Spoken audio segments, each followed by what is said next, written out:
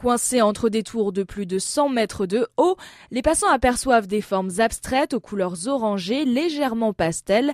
Voilà la nouvelle œuvre acquise par le quartier de la Défense, Guillaume Bottazzi, son auteur. La Défense est perçue comme un peu déshumanisée. De nombreux gratte-ciels sont réalisés à partir de matériaux assez froids comme le verre et le métal.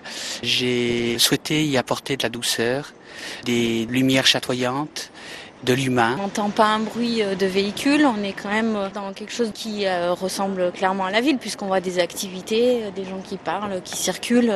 Donc ça invite à la balade aussi. Quand on est sur le site, on tombe face à un caldaire, on tombe face à l'œuvre de César, le Pouce qu'on vient de voir. Chaque année, l'esplanade attire 8 millions de visiteurs, mais peu d'entre eux connaissent l'existence de ces créations.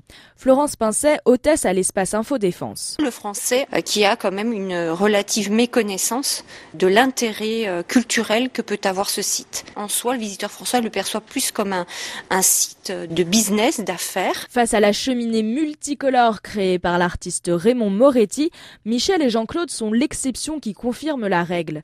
De passage à Paris, ils découvrent les œuvres de la Défense, guidés par leur petit-fils de 9 ans, Boris. Et on va aller là-bas.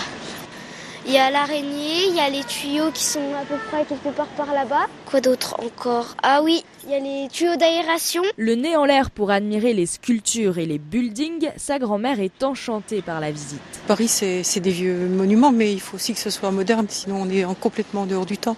Je trouve ça impressionnant et super joli. Je pense que la Défense est un endroit à visiter. Toutes ces œuvres demandent évidemment de l'entretien.